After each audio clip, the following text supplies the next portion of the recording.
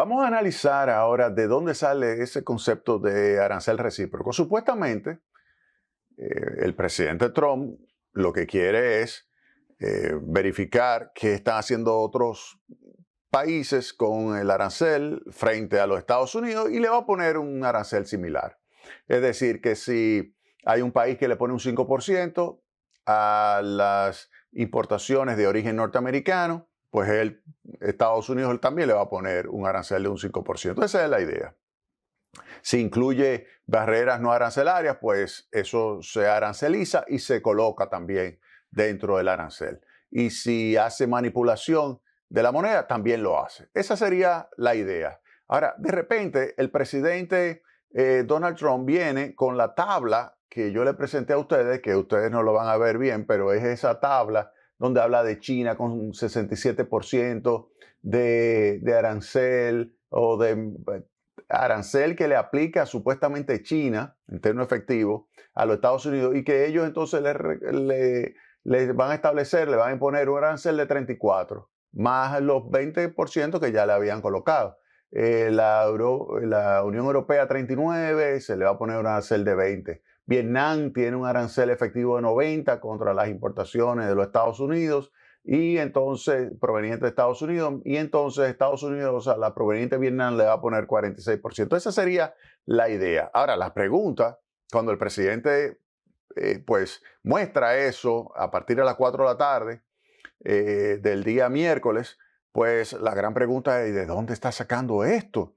Porque hay países que de repente tú ves que tú dices República Dominicana 10%, pero hay un acuerdo de libre comercio. ¿Y cómo es posible que me diga que República Dominicana le está cobrando 10%? Y entonces Estados Unidos le va a cobrar 10%. No como a otros países que le cobra la mitad, le cobra 10% a la República Dominicana, a Costa Rica. 17% supuestamente es ese arancel efectivo que le estaría cobrando y él le va a poner un arancel del 10% a Costa Rica. Nicaragua, 36% y él le va a poner 18%, o sea, la mitad. Argentina, 10% y 10%, está igual que República Dominicana. Honduras, 10%, 10%. Guatemala, 10%, 10%. El Salvador, 10%, 10%. Es decir, que los miembros del DERE-CAFTA y República Dominicana, o sea, el DERE, República Dominicana y el CAFTA, Centroamérica, esos miembros del DERE-CAFTA, se le estaría colocando principalmente 10%, con excepción de Costa Rica, que es 17% y se le baja a 10%, y Nicaragua, que es 36% y se le baja entonces a 18%. Los otros es 10 y 10, o sea, que se quedan igual. Entonces, ahí, cuando uno ve esto, uno se pregunta, ¿y de dónde salió esta tabla? Que se aplica a muchísimos otros países, o sea, ahí está, por ejemplo, hasta Montenegro, Santa Elena, Yemen, Nigeria, Guinea Ecuatorial, Irán, imagínense, Irán 10%, yo imagino. Ruanda 10%, Siria 41% y así sucesivamente. Pero la pregunta es, ¿de dónde sale esto? Bueno, la Casa Blanca, a través del departamento, de la oficina del representante comercial de los Estados Unidos, pues publicó unas notas donde yo voy a sacar un extracto de ella y se la voy a explicar lo que es esta fórmula. O sea, no se me asusten, no se me vayan de ahí, que es algo bien sencillito esto, ¿ok? Pero como ellos lo muestran, uno como que se asustaría porque utiliza una simbología que para los economistas es algo del pan nuestro de cada día, porque se utilizan mucho los símbolos de letras griegas para representar coeficientes, representar elementos que tienen una interpretación económica muy sencilla, pero que el que no es economista nunca lo ha visto y se puede mostrar en shock, pero la realidad es que es muy sencillito. Entonces se lo voy a explicar para que ustedes vean. Entonces yo esto lo saco, esto que les voy a mostrar, lo saco de un informe de la Oficina de Representante Comercial del Poder Ejecutivo. Entonces vamos a ver, miren. Aquí lo que dice es lo siguiente, miren, aquí es el cambio del arancel. Esa letrica es tau y este es el operador delta, que significa cambio. El operador delta es delta en griego, es cambio de la variable tau, que es el arancel.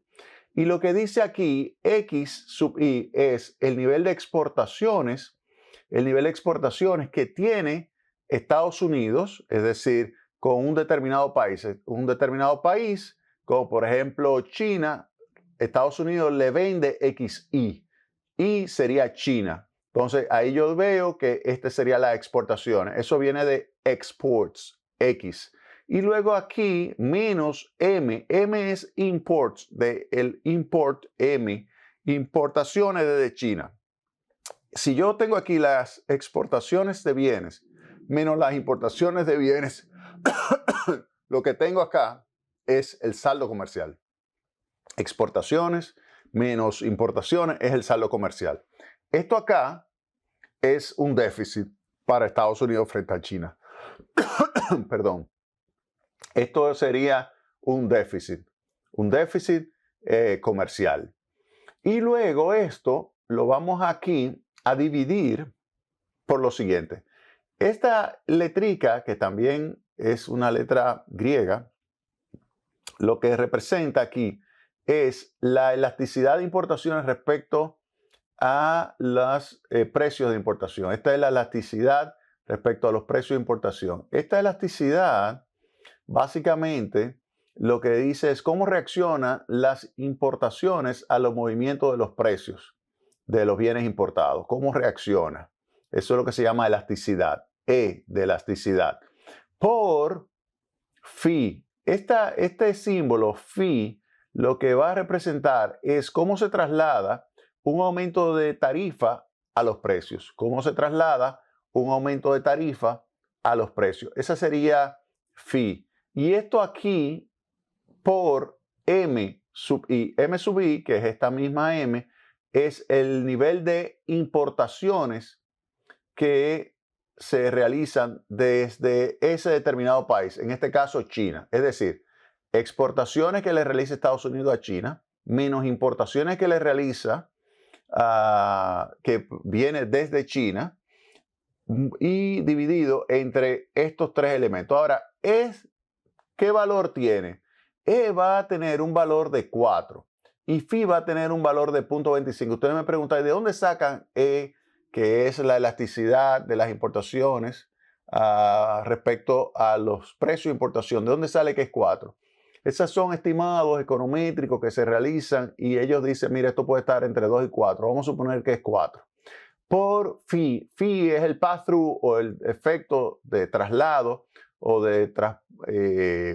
digamos, de movimiento de la tarifa a los precios. Es decir, que si yo aumento la tarifa en 1, ¿cuánto se incrementa los precios de importación? Y ellos dicen que esto es 0.25. 0.25 por 4, fíjense que eso es 1. Por lo tanto, en realidad, lo que yo tengo aquí al final es el saldo de mi cuenta frente a China o frente a Vietnam o frente a la Unión Europea, ese saldo comercial dividido entre el valor de las importaciones.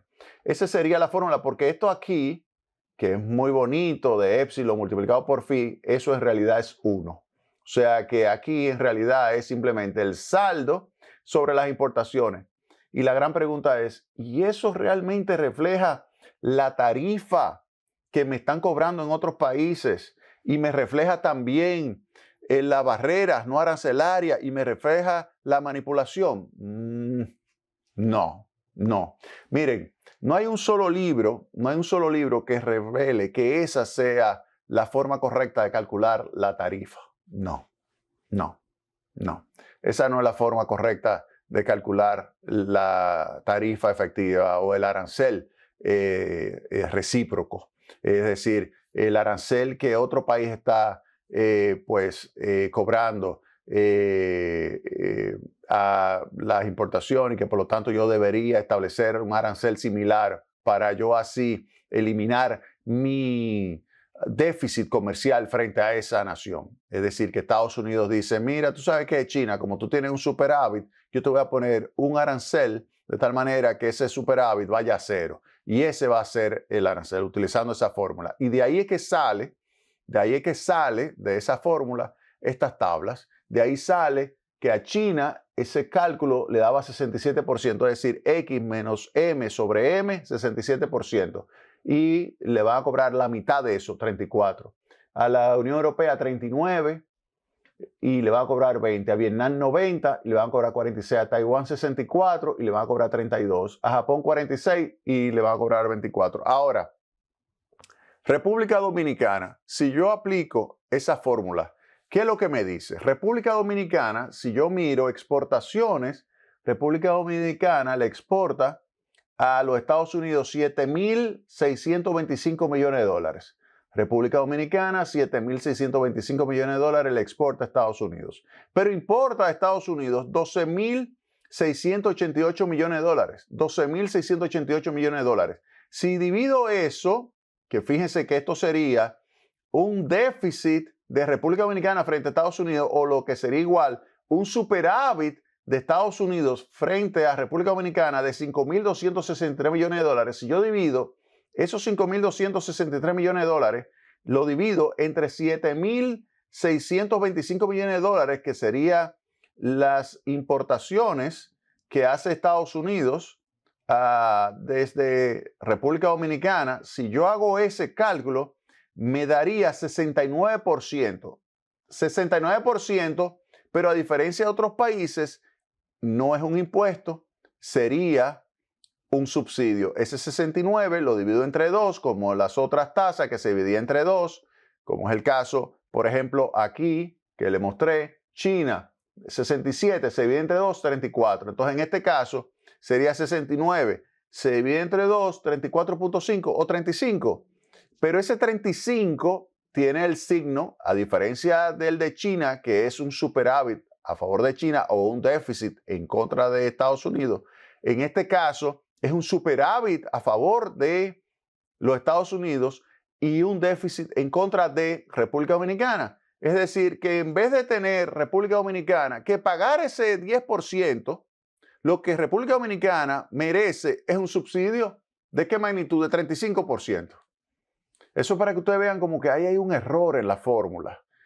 Efectivamente, hay un error en la fórmula. Esa fórmula que están utilizando no es correcta. No es correcta, tan sencillo como eso. Esa fórmula no recoge lo que realmente están cobrando los países, por ejemplo, de la Unión Europea a Estados Unidos en forma de arancel. No, no es verdad.